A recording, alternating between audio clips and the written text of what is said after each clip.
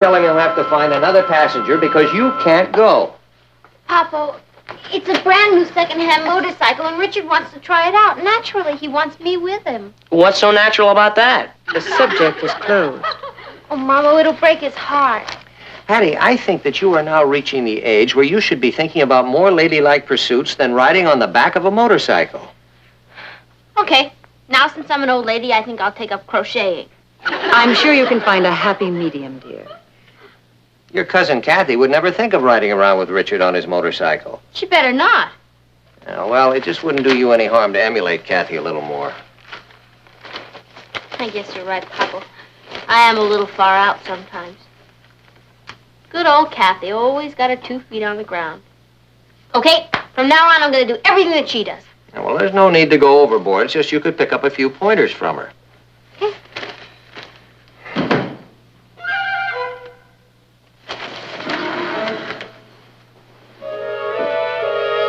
Hello, everybody.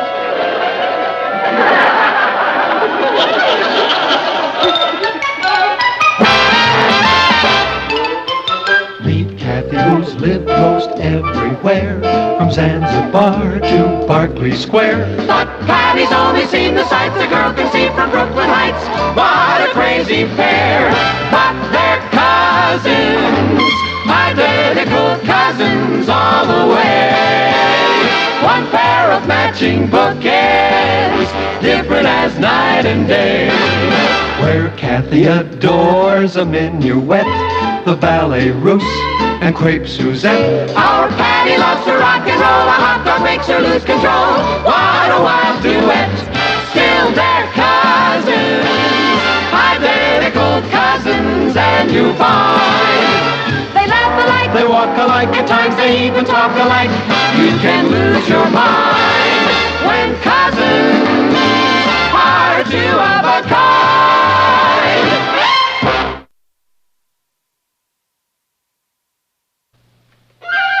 Boy, you really got caught in a thunder shower. Yeah, except the sun is shining outside. What happened, Kathy? Why, got a little wet. No. Darling, are you all right? Yes, Aunt Natalie, I'm fine, thank you. Well, how on earth did you get all wet? I'd better get into some dry clothes. Excuse me. What in the world happened to her? I don't know, but she sure doesn't want to talk about it. She'll tell us when she's ready. Well, maybe she's not ready, but I am.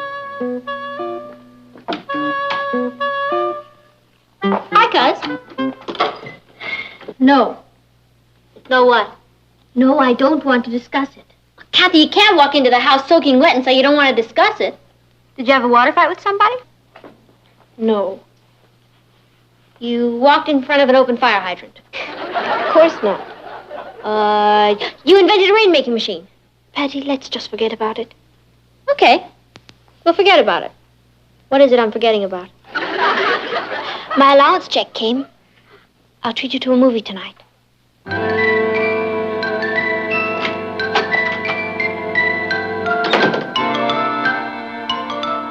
Somebody pushed her in a swimming pool.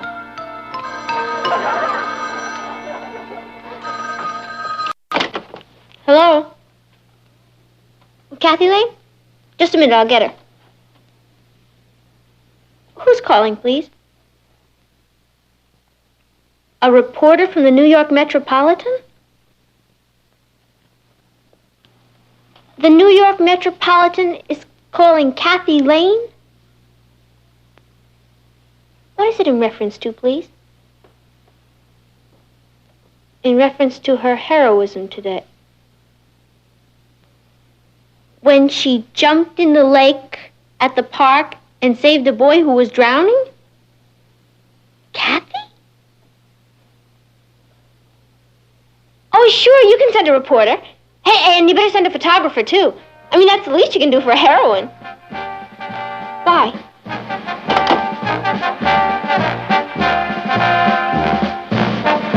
But, Kathy, I think you should be very proud of what you did. If Patty had done it, she would have come in with a neon sign. Kathy, you saved somebody's life. Do you know what that means? Yes. It means there's going to be a big fuss about it, and I don't want there to be. But, Patty, you shouldn't have told that newspaper to send a photographer and a reporter. Tell us what happened, Kath. It wasn't anything, Uncle Martin. I happened to be walking by the lake in the park, and I heard someone calling for help. I saw a boy swimming, and he seemed to be having a cramp. There was no one else around, so I jumped in and pulled him out. She just jumped in and pulled him out. Have you ever heard such modesty? They usually give medals for things like this, you know. Your picture will be on the front page. I just did what anyone else would have done. And I'd really prefer not to have a big thing made about it. It's too late. Yeah. Now you belong to the ages.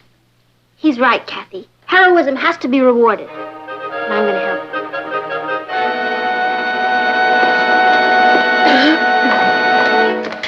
Here comes the backfield. Watch how silly Tony acts. He's got a real crush on me. Hi, Kathy. Hello, Tony. I heard what you did yesterday. That's the bravest thing I ever heard of. Are you scared? Well, I didn't have much time to think about it. You've really got what it takes. You going to class? I'll carry your books. How'd you like to see a movie tonight? I think I'm free.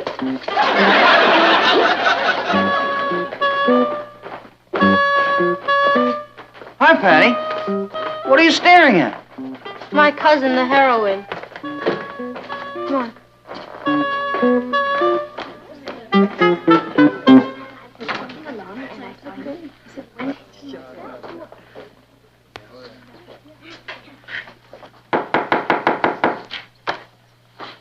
Before we begin class, there's another matter I'd like to take up.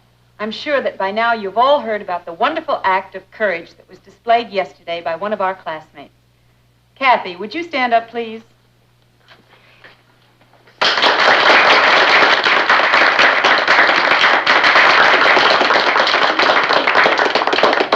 You've brought honor to all of us by what you did, Kathy.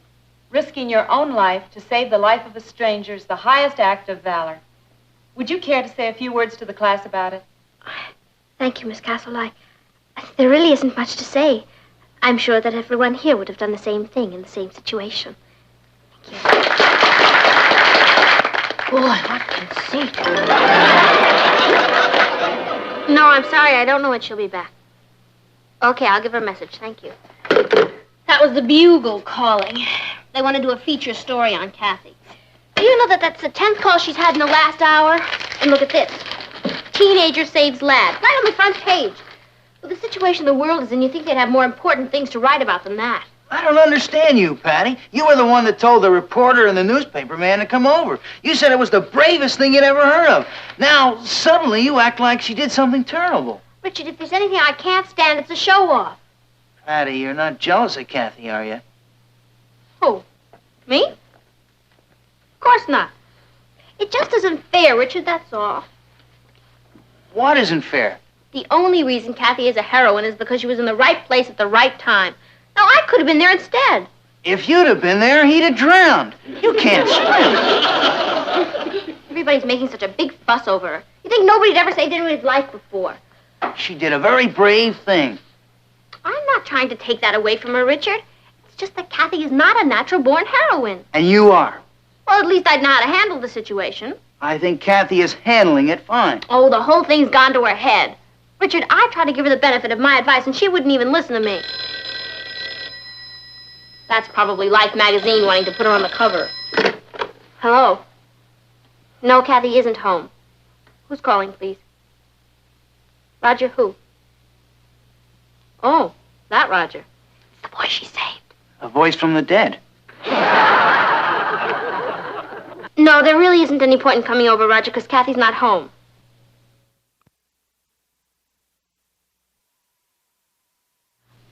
Just a minute, Roger. She just came in. Why don't you come over? Yeah, she'll be waiting for you. See you then. Here comes who? Kathy. Roger wants to talk to her. This is my chance to find out the truth. The truth about what? The truth about what really happened. Oh, we know what happened. Do we? Richard, doesn't it strike you as a little peculiar that Kathy doesn't even want to talk about it? Not at all. Kathy's just naturally modest. Or maybe she's just naturally afraid that we'll find out that she fell into that lake by mistake. Or that he wasn't even drowning at all. Or that it was only 3 feet of water. Richard, I'm about to explode a myth.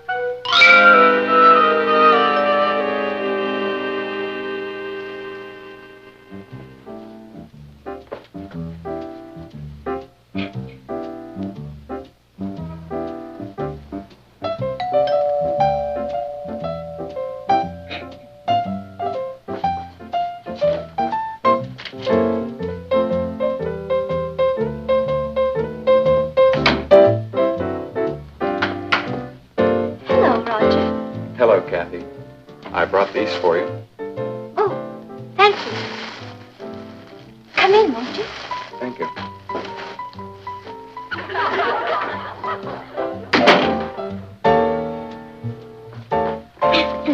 Won't you sit down? Thank you.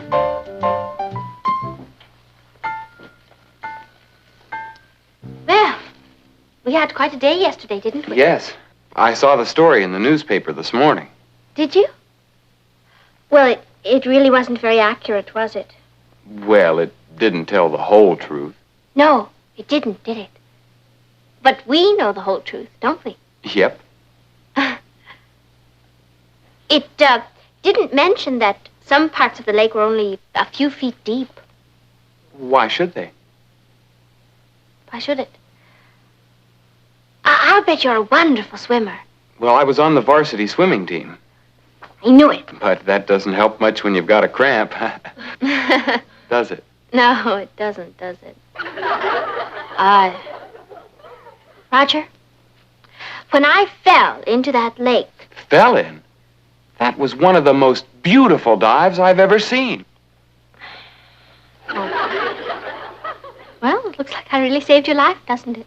I can't tell you how grateful I am, Kathy. Roger.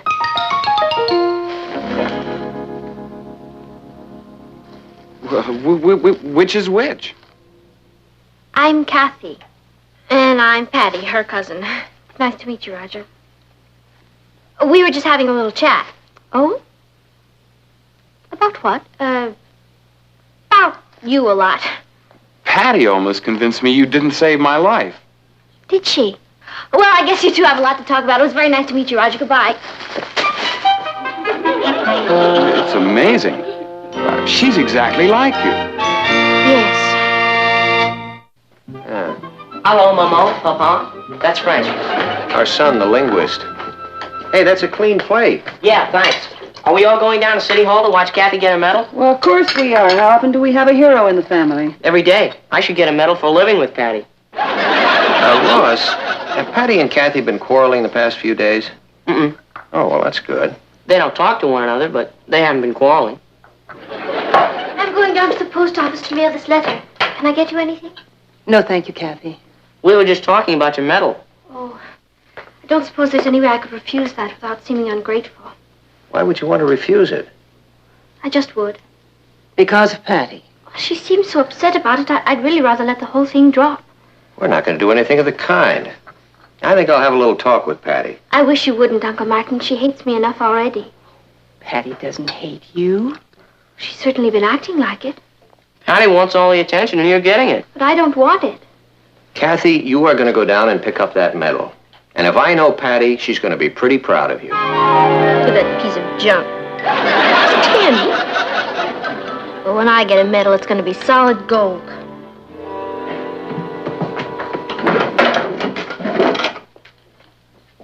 Thought you were going to the movies with Kathy. Oh, I changed my mind. It's too crowded. The movie's too crowded? Kathy's too crowded. You can't get near her. You think she was Joan of Arc the way everybody swarms all over her. Makes you feel proud, doesn't it? Yeah. There's enough reflected glory for all. If you like reflected glory. Personally, I'd like to go out and get my own. You know something? It's exactly what I'm going to do. See you later.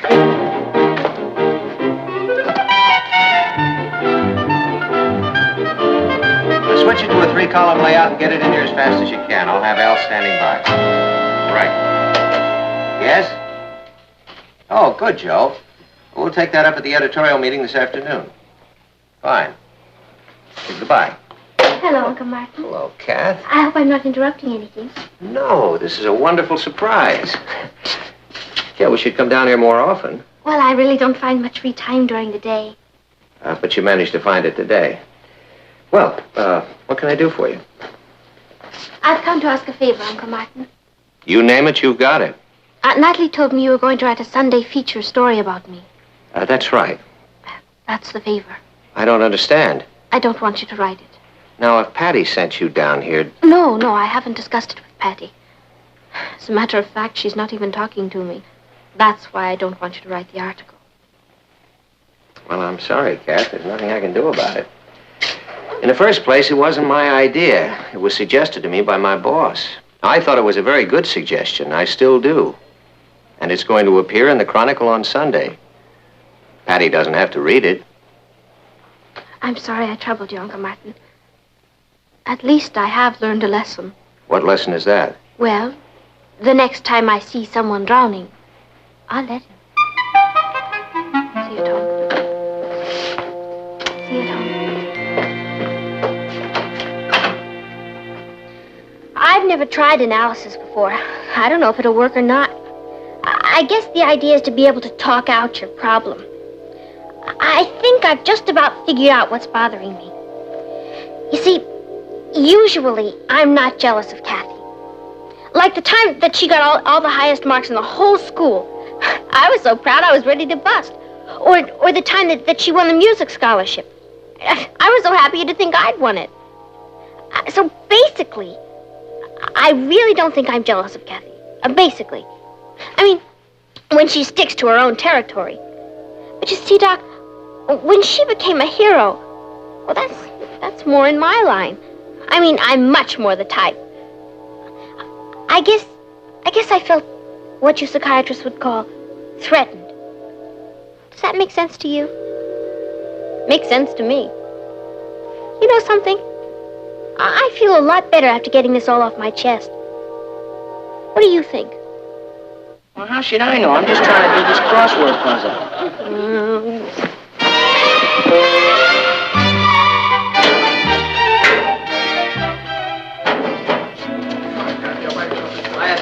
You guys are wasting your time. Tell them, Kathy. Why don't we all have a soda together?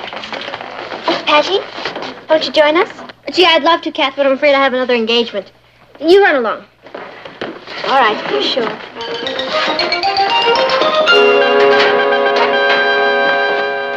Come on, Tagger. Everybody's going over to the shake shop. You're wrong. We're not. But I'm thirsty. Well, have a drink of water. What's gotten into you? Nothing, Rich. I'm just tired of hanging around with all the kids. Why don't we take a walk by the park lake?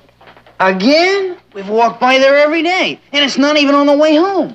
All right. Nobody's forcing you to go with me. Look, just because you got some crazy idea in your head... Rich, I'll go alone. Why don't you go to the shake shop with Kathy? Maybe I'll just do that. Who needs him anyway? Hello, Patty. Hello, Miss Moore. Miss Moore?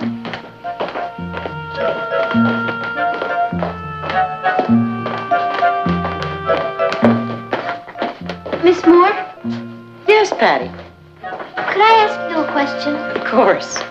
I know I'm not in your psychology class or anything, but well, I thought maybe you could help me with a problem that two friends of mine are having. I'll be very happy to try. They're two boys, cousins, and one of them is jealous of the other one. Do they like one another? Oh, yeah, they're crazy about each other. It's just that one boy did something to make the other one jealous. He doesn't want to be jealous, but can't seem to make himself stop. It sounds as though he's rather immature. No, he isn't. I mean, he's really a wonderful boy. If it weren't for this little problem, I think he'd really be quite a remarkable young boy. Are these close friends of yours? Yeah, I think you could call him that. Why don't you have them come in and see me?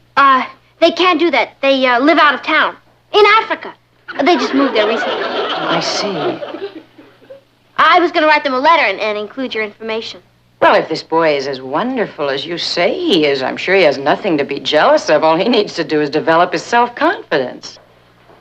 Develop my self-confidence. It's always a mistake, Patty, to compete with anybody else. The only person you should ever be in competition with is yourself. I don't understand. If you do the very best that you know how, you never have to worry about what anyone else is doing. Write that to your friend. I will. Thank you very much, Miss Moore. And be sure to say hello to Kathy.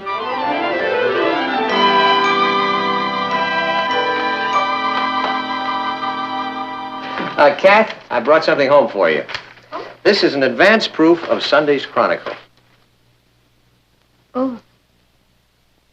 It's lovely, Martin. You didn't say anything about me. Oh, my. Aren't you pleased? Oh, yes, it's very nice. Thank you, Uncle Martin. I already sent a copy to your father. I'm sure he'll be thrilled. Wait till Patty sees this. She'll go up and smoke. Don't worry about Patty. She'll be fine. Where is she? She hasn't come home yet. Isn't it a little late for her to still be at school? Well, she's with Richard. I'm sure she's all right. She is usually home by this time. Perhaps Patty stopped at the library. Patty who? Well, maybe she did go over to Richard's house. Why don't I call there? She probably didn't realize how late it was. Hi, folks. Hello, Richard. Where's Patty? I thought she was with you. No, I haven't seen her since school let out. But you usually walk her home. Well, I haven't been walking her home lately, Mrs. Lane. Why not? Because I got tired of walking her over to Park Lake every day. Why would she want to go over to Park Lake every day? You wouldn't believe me if I told you. Of course I would. Well, I think she wanted to go over there because she's hoping to find someone drowning so she can rescue them. I don't believe it. Oh, that doesn't sound like Patty. Does to me. Richard, don't you have any idea where she is? No, sir. She could be anywhere.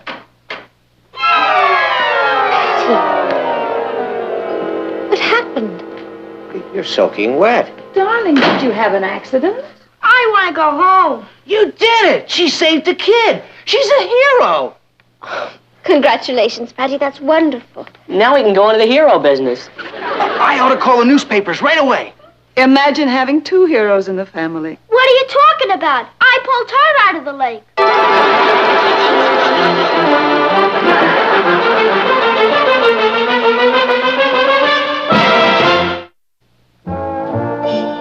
I think I know now what made me do it. She felt threatened. She what? It's a psychiatric expression we psychiatrists use. You see, all the time I thought I was jealous of Kathy, and I hated myself for it. That's why I kept going back to the lake. But you just wanted to get your share of attention. Well, that's what I thought. But that wasn't it at all, Papa. I was just afraid to admit the truth to myself. What was the truth? That I was a coward. You see, I kept asking myself, what would happen when the moment came when I'd have to jump in the water? And I didn't know. I thought, what if I just stood there and watched somebody drown? So I had to find out. Patty. So I kept hanging around the lake, waiting for somebody to fall in so I could test myself.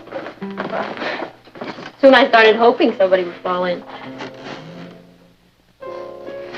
What happened this afternoon? Well, I saw this boy fooling around on the shore. And I watched him. And there was a tree that was hanging over the water where it was pretty deep. And he climbed the tree, and a limb broke and he fell into the water. What did you do? I almost turned and ran home. But I knew I couldn't do that, so I jumped in after him. The only thing was he thought I was drowning, so he pulled me out. I see. You know the terrible part? I found out I am a coward. A coward? What makes you say that? Because when I jumped in that lake, I was scared to death.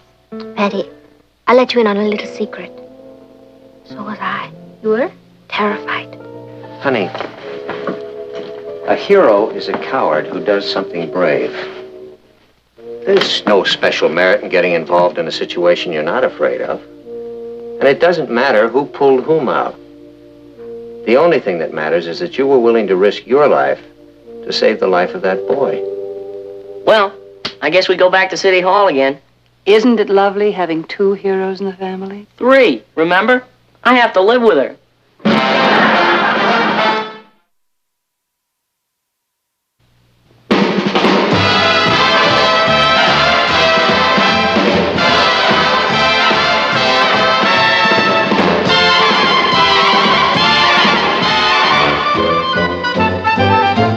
Here's Kathy, who's lived most everywhere, from Zanzibar to Berkeley Square. But Patty's only seen the sights a girl can see from Brooklyn Heights.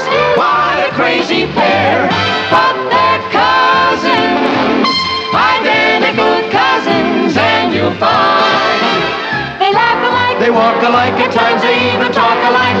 You can lose your mind when cousins are two of a. You go in there and show them how it's done. I went in there.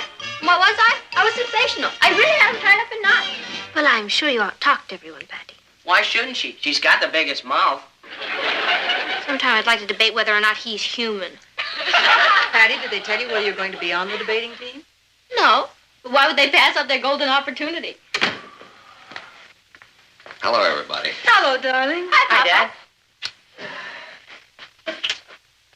You're home early. I know. I just couldn't stand it another minute down there at the office.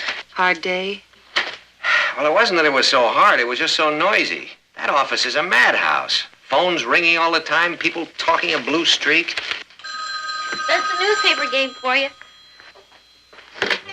Hello, Richard. Boy, did I have a wild day today. You know that math teacher that everybody says is an ogre? Well, I've got a meeting out of the palm of my hand. I was torn between bluffing it through or throwing myself at his mercy, so I stayed after class and I said to him, look, Mr. It's for you. Hi, Tommy. No, I don't know who that was. I've never seen her before. How's things? Hey, you heard what happened in math class today. Would you like to hear what happened in history? Not particularly, Patty. Oh. Well, you know. A funny thing happened in gym, though. I went to pick up this medicine ball and the... Darling, your father's tired. Oh, I understand. You're kidding. Hey, did you hear the joke about the marathon walker who got tired before he got to the finish line? It was like this. Patty, don't you ever stop talking? I guess I just have a lot of interesting things to say, that's all. Oh, yeah? Okay. I'll talk to you later, Tom. Bye. I don't have to talk, you know. I just do it to be sociable. I think Patty's just excited about the debating team. Don't defend her. She couldn't keep quiet if her life depended on it. Oh, couldn't I? I'll bet you I could keep my mouth shut for 3 days if I wanted to. That's a bet. What do you mean? I mean that if for the next 72 hours you can go without saying one word, I will give you an extra week's allowance. In fact, I'll give you 2 extra weeks' allowance. Are you serious? Dead serious. It's a deal. When do we start? Right now.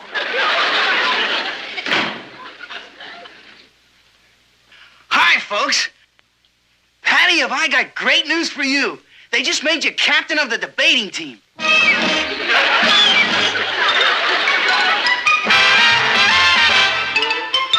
Meet Kathy, who's lived most everywhere, from Zanzibar to Berkeley Square. But Patty's only seen the sights a girl can see from Brooklyn Heights. What a crazy pair. But they're cousins, identical cousins all the way. One pair of matching bookends, different as night and day. Where Kathy adores a minuet, the ballet russe, and crepe Suzette. Our Patty loves to rock and roll, a hot dog makes her lose control. What a wild duet, still they're cousins, identical cousins, and you find they laugh alike, They walk alike, at times they even talk alike. You can lose your mind when cousins are two of a kind.